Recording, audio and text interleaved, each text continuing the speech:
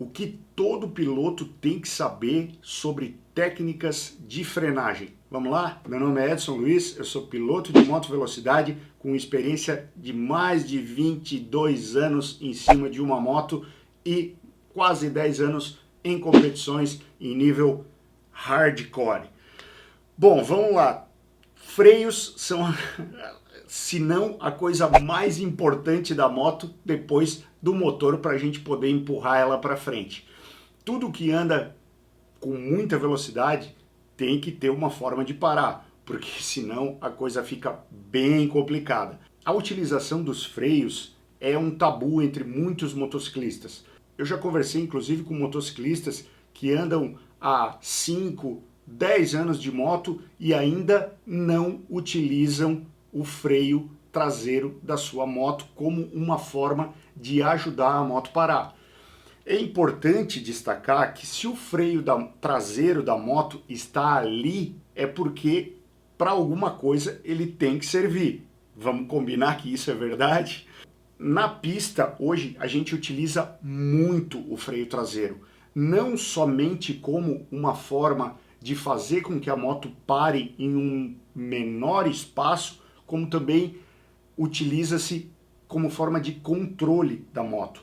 A tendência da moto em uma frenagem muito forte é que a traseira fique muito leve e comece a balançar, fazendo muitas vezes com que o piloto chegue a perder o controle da moto caso ele não utilize o sistema traseiro de freio. Deixa eu contar uma pequena história para vocês entenderem que muita gente ainda utiliza os freios da maneira totalmente errada. No começo desse ano, quando eu fui levar o meu filho, o Luca, para natação, já que eu faço isso desde que ele tem 3 meses de idade, eu comecei a conversar com uma das professoras dele de natação, a Fábio, que havia caído de moto há poucos dias. Então ela ainda estava com um ralado no braço e tal, e a gente estava conversando sobre o que havia acontecido para ela ter levado aquele tombo com a moto dela. Bem, ela me contou que ao ir para sua casa, em um determinado ponto, um carro cruzou a sua frente e ela foi tentar frear. Acontece que a Fábio, ela comprou a sua moto, uma moto de baixa cilindrada, há bastante tempo, e ela fez o curso de autoescola, fez o teste para adquirir a habilitação de moto e passou a andar de moto, até pela questão de mobilidade aqui em Florianópolis, questão de economia também.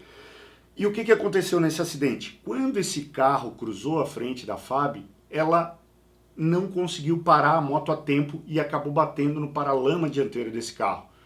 Graças a Deus foi um acidente com baixa velocidade, ela, além dos ralados, ela não teve consequências mais graves, porém eu fui perguntar para ela por que a moto não havia parado o suficiente, né, a tempo suficiente do espaço onde o carro havia entrado na frente.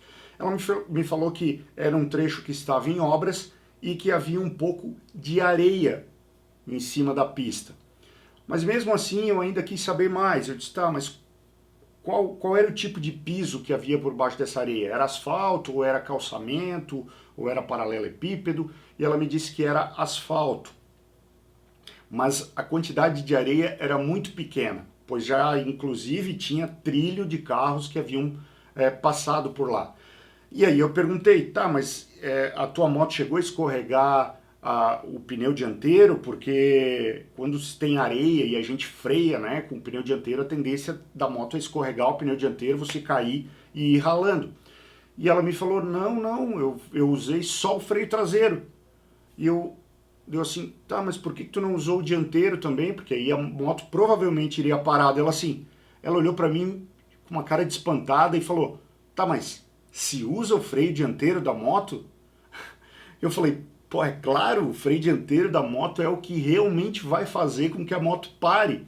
Existe até uma lenda urbana, um ditado que diz que se usa 80% de freio dianteiro e 20% traseiro.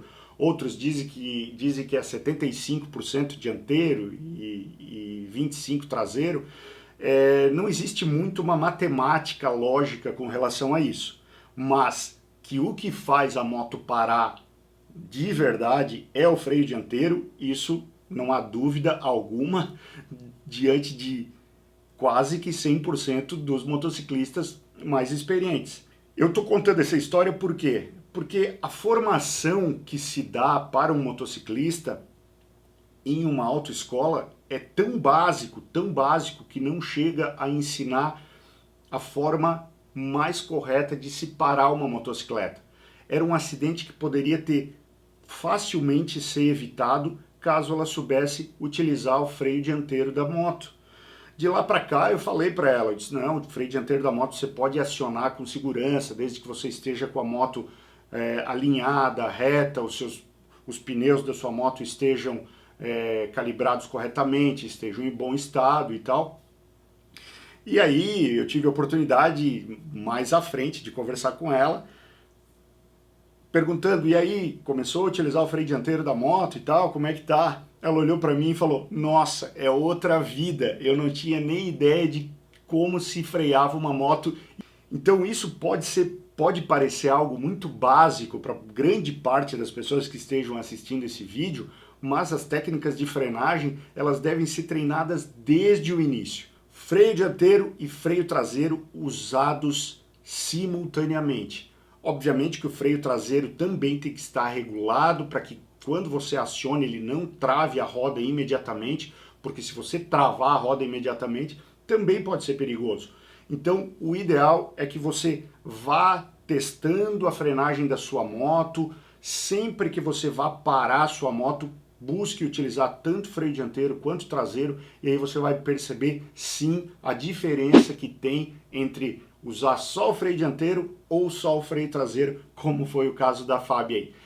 Beleza então? Espero ter ajudado com mais essa dica de frenagem. Um grande abraço e acelera!